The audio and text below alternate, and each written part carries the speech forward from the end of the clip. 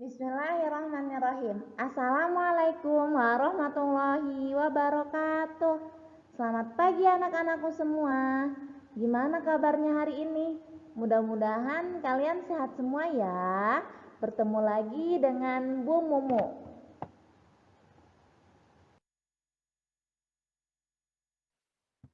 Baik, hari ini Ibu akan menjelaskan bahasa Indonesia. Materinya tentang wujud benda, sifat benda, dan perubahan wujud benda. Oke, materi ini ada di tema 3, ST2 dan ST3.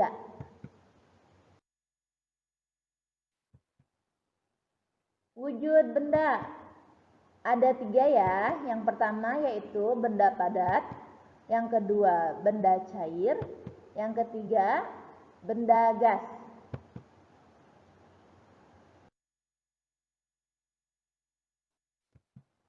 Contoh benda padat yaitu pensil, buku, botol minum, meja. Sifat benda padat antara lain yaitu dia dapat dilihat, dapat digenggam, dan bentuknya tetap walaupun tempatnya berubah. Oke, contohnya ada buku. Buku bisa dilihat? Ya, bisa. Dapat digenggam? Ya, bisa. Buku bisa digenggam. Terus selanjutnya, bentuknya tetap walaupun tempatnya berubah. Misalkan buku diletakkan di tempat atau di wadah, apakah buku itu akan berubah? Tidak ya. Buku itu bentuknya tetap walaupun tempatnya berubah. Oke?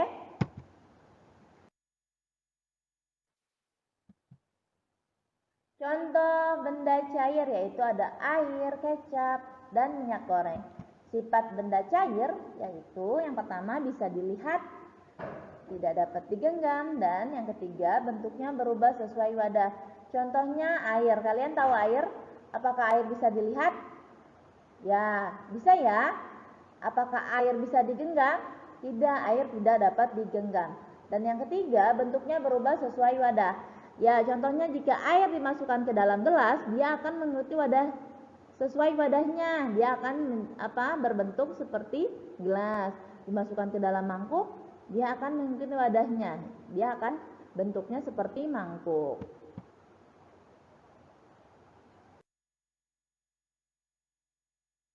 Oke, contoh benda gas yaitu ada angin, asap, gas LPG, dan sifat benda gas yaitu tidak dapat digenggam. Yang pertama, gas tidak dapat digenggam.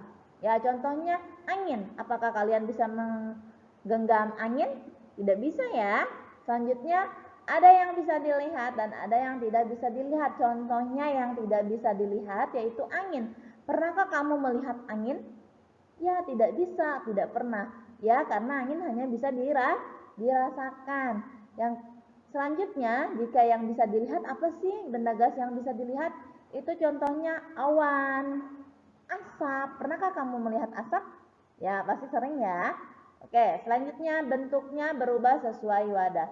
Contohnya angin yang dimasukkan ke dalam balon bulat, maka dia akan bulat. Jika balonnya berbentuk love atau boneka, maka dia akan berubah mengikuti wadahnya. Jadi bentuknya berubah sesuai wadahnya.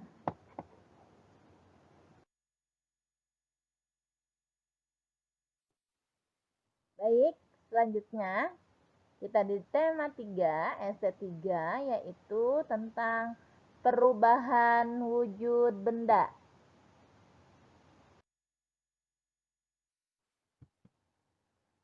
Oke, yang pertama yaitu ada mencair. Apa sih mencair?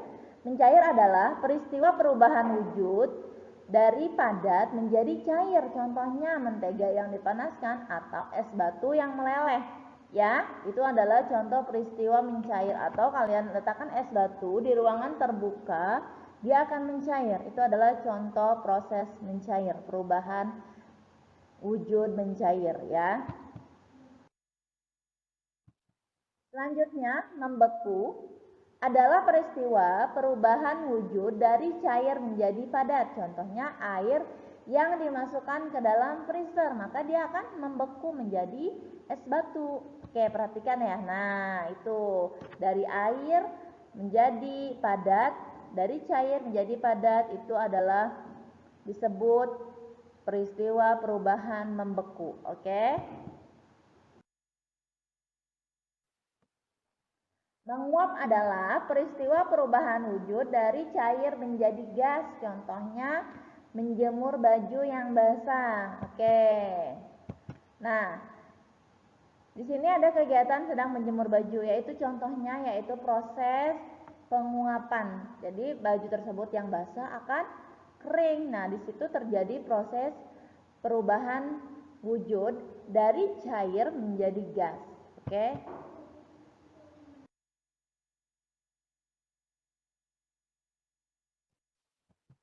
Lanjut, mengembun adalah peristiwa perubahan wujud dari gas menjadi cair ya, dari gas menjadi cair. Contohnya embun di pagi hari. Oke, di sini lihat ya.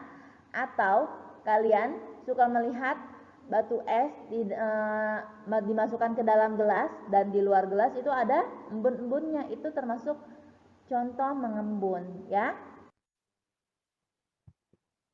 Ya, selanjutnya menyublim. Menyublim adalah peristiwa perubahan wujud dari padat menjadi gas. Contohnya kapur barus. Oke, biasanya kapur barus diletakkan di kamar mandi, di lemari baju, ya. Nah, lama-kelamaan kapur barus itu akan habis. Karena kenapa? Karena di situ terjadi proses perubahan wujud dari padat menjadi gas, ya.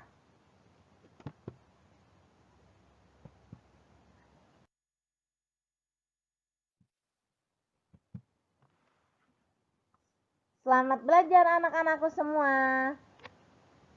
Ibu ucapkan terima kasih atas perhatiannya. Kurang lebihnya mohon maaf ya.